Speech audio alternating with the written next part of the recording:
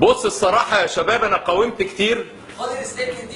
كتير، لكن انا بعد ما صورت 120 فيديو مش قادر ما اصورش دي، لان مش معقول ابقى عندي فرصه قاعد مع الناس العظيمه دي. خدت بالك؟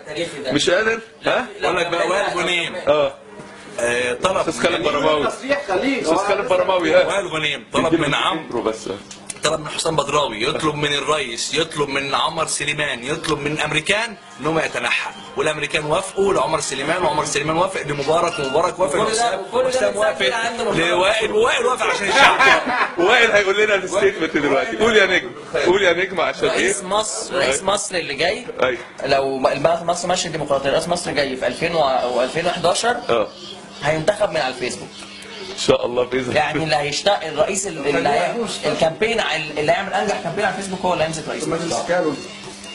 طب انت ايه قول لي وانت مترقب كده يا استاذ ايمن عباس، منورنا والمجموعه الحلوه دي، وانا والله انا اصور نفسي برضو صوره عشان ايه اطلع انا كمان.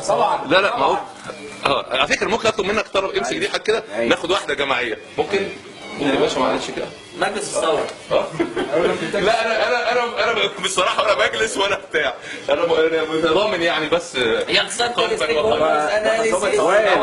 وائل انزل بالتصوير تحت شويه، انزل تحت بالتصوير. خبيها احنا كده بنعمل دعايه لابو عمار. ايوه ابو عمار.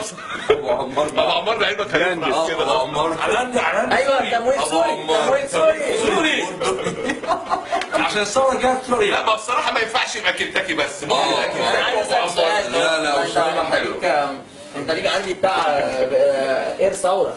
غير ثوره بتاع التمويل الاجنبي. هو ده التمويل الاجنبي الاير.